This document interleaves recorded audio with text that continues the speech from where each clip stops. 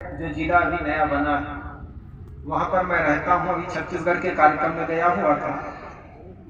हमारी साध्वी बहन सुश्री राधा साहेब जी जो कि एटा जिला में रहते हैं कबीर आश्रम में, वहाँ पर मुझे आमंत्रित किया। मैं परसों आया, वहाँ का भव्य कार्यक्रम था। इन्होंने कहा साहब जी हमारे मैनपुर जिला में एक कार्यक्रम है, एक दिन का कार्यक्रम है, आप थोड़ा समय निकाल करके आइएगा और उस कार्यक्रम में आकर के कुछ सत्संग कीजिएगा। मुझे भी सौभाग्य मिला, आज आप सबके बीच में आया हूँ। कुछ सदगुरु कबीर के विचारों को लेकर के कुछ सुनाने का प्रयास करूंगा। सदगुरु कबीर का यह मंच है जिसमें आप लोग देख रहे हैं, मंच पर लिखा हुआ है भव्य सत्संग समारोह के रूप में ये कार्यक्रम हो रहा है। सत्संग का अर्थ होता है सत्य का संग हो जाना। हमने जीवन भर दूसरे का संग करते हैं, पति का संग किए, भाई का संग किए, परिवार का संग किए, मकान के संग किए, न जाने कितने चीजों का हम संग करते हैं और ये संग साथ सब छूट जाते हैं। किसी संत ने कहा किसको अपना कहते हो, यह कोई न तेरा अपना, माया की नगरी है जीवन एक सपना। और गोस्वामी तुलसीदास जी महाराज ने कहा उमा कहो सुन अनुभव अपना, सत हरि भजन जगत सब सपना। जीवन में जो कुछ मिलता है सब एक न एक दिन छूट जाता है। दुनिया में बहुत से लोग आए, महापुरुष के रूप में आए, कोई भगवान के रूप में आए, कुछ अवतार के रूप में आए, कुछ उतार के रूप में आए। आज कौन रह गए? जब जब इस धरती तल पर कोई भी मनुष्य आए, सुधार के रूप में समाज के एक सुंदर दिशा निर्देश किए। जब जब ये सदगुरु रहे इस धराधाम पर, समाज के लोगों ने उसको समझ नहीं पाया। सदगुरु कबीर भी आए, उनको कितने लोग समझ पाए? जब उनका शरीर नहीं रह गया तो उनके शरीर को दाग देने के लिए, जलाने के लिए हिंदू लड़ने लगे और मुसलमान उनके शरीर को दफनाने के लिए वो कह रहे थे कि हमारे गुरु है। हिंदू कह रहे थे सदगुरु कबीर हमारे गुरु है और मुसलमान कह रहे थे कि ये सदगुरु कबीर हमारे पीर है। तो जब तक सदगुरु संत होते हैं तब तक कोई समझ नहीं पाते और जब इस धराधाम से चले जाते हैं उनके प्रति हम आंसू बहाते हैं। उसी प्रकार जिस प्रकार हमारे पास हमारे माँ बाप होते हैं उनकी कीमत हम समझ नहीं पाते हैं और जब वे चले जाते हैं ना तो उनके मूर्ति के नीचे, उनके फोटो के नीचे अगरबत्ती धूप बत्ती करते चले जाते हैं। और इसके करने से आपके माँ बाप को क्या मिल पाएगा? इसलिए माता पिता अगर पास में है तो उनकी कीमत समझे। जिस माँ बाप ने न जाने कितनी कठिनाई उठा करके बाल बच्चों को पालते हैं, पोसते हैं और वही माँ बाप बूढ़े हो जाते हैं तो तिरस्कृत कर देते हैं।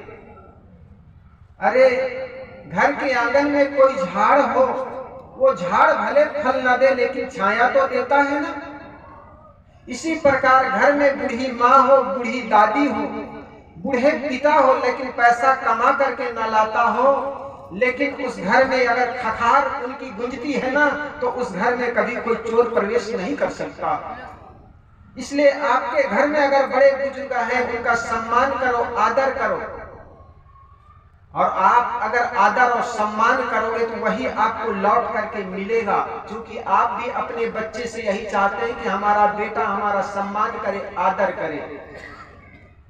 किसी संत ने कहा था वही तुमको मिल रहा है जो कि पहले से दिए हो, उसी का फल सामने है शुभ अशुभ जो कुछ किए हो। महाराज राम भी जैसे कर्म किए थे उनका फल उनको भोगना पड़ा, ऐसा कहा जाता है। आप लोगों ने सुना होगा महाराज राम ने बाली को छुप करके मारा तो उसके परिणाम में महाराज राम कृष्ण हो गए और बाली व्याध बना। सबको अपने कर्मों का फल भोगना पड़ा है, चाहे कोई भगवान हो या इंसान हो, कोई छूटा नहीं है।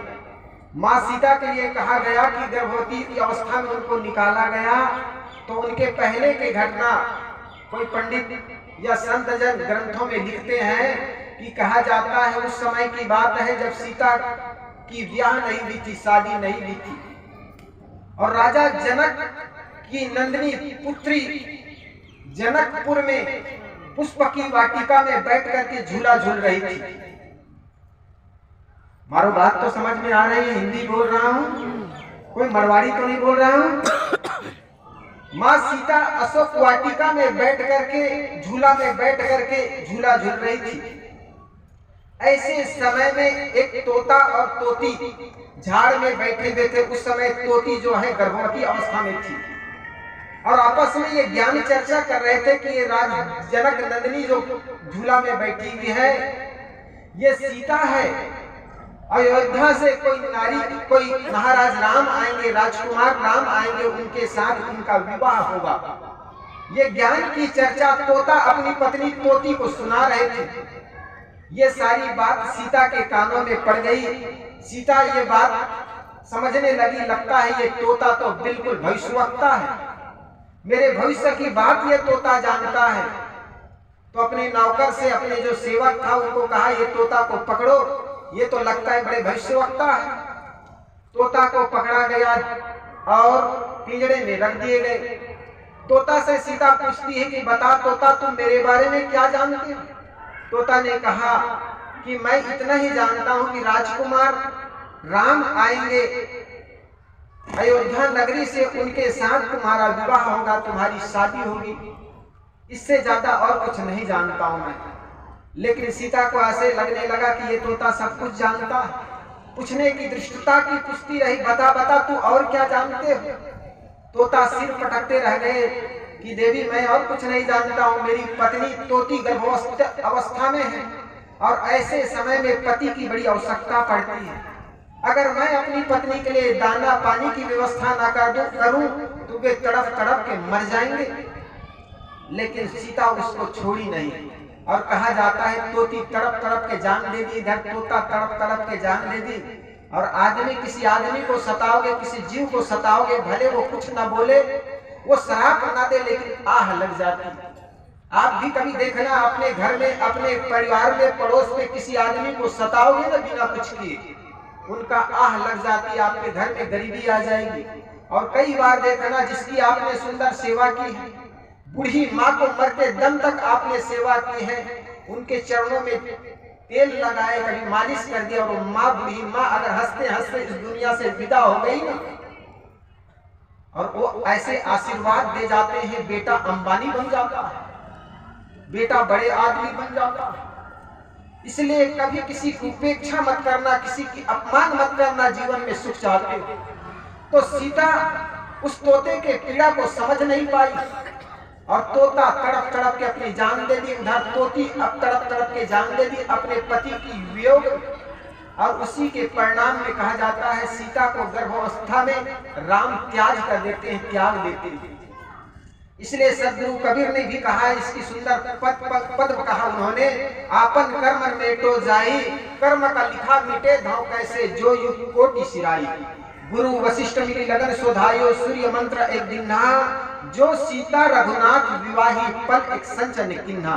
पार्वती को नारद मुनि को बदन छिपायो किन्हो, कपि को स्वरूपा, शिशुपाल की भुजा उपारी, आप भय हरि ठूठा। पार्वती को बांझ न कहिए, ईश्वर न कहिए भिखारी, कहें कबीर कर्ता की बातें, कर्म की बात निनारी। सदगुरु कबीर इसमें कर्म सिद्धांत की बात जोर देते हैं। आप तो सोचते हैं भगवान का नाम ले लेंगे हमारा पाप कट जाएगा, ऐसे होता है ना। कई बार हम सोचते हैं हमारे जीवन में कोई पाप हो गया है, जैसे किसी ने चोरी कर लिया, फिर पाप क्या है इसको समझना चाहिए। हम तो सोचते हैं पाप कोई शरीर का पसीना होगा, मल होगा, और चल करके गंगा नदी में नहा लेंगे, पाप कट जाएंगे, ऐसी धारणाएं होती लोगों को। लेकिन पाप कोई शरीर का मल नहीं है। अगर पाप आपके शरीर का मल होता तो जाकर के गंगा नदी में, क्या आपके घर के हैंडपंप में भी स्नान कर लेते ना, तो पाप भूल जाता। शरीर का मल होता, शरीर का मैल होता, तो वो मैल गंगा नदी में ही क्या आपके घर के हैंडपंप से पानी से भी नहाओगे तो धुल जाता। लेकिन पाप आपके मन का विकार है। वो विकार कौन से? काम, क्रोध, लोभ, ये मन का विकार है। और जब जब ये विकार आता है आपके अंदर, तो आपके मन बेचैन हो जाता है, मन दुखी हो जाता है।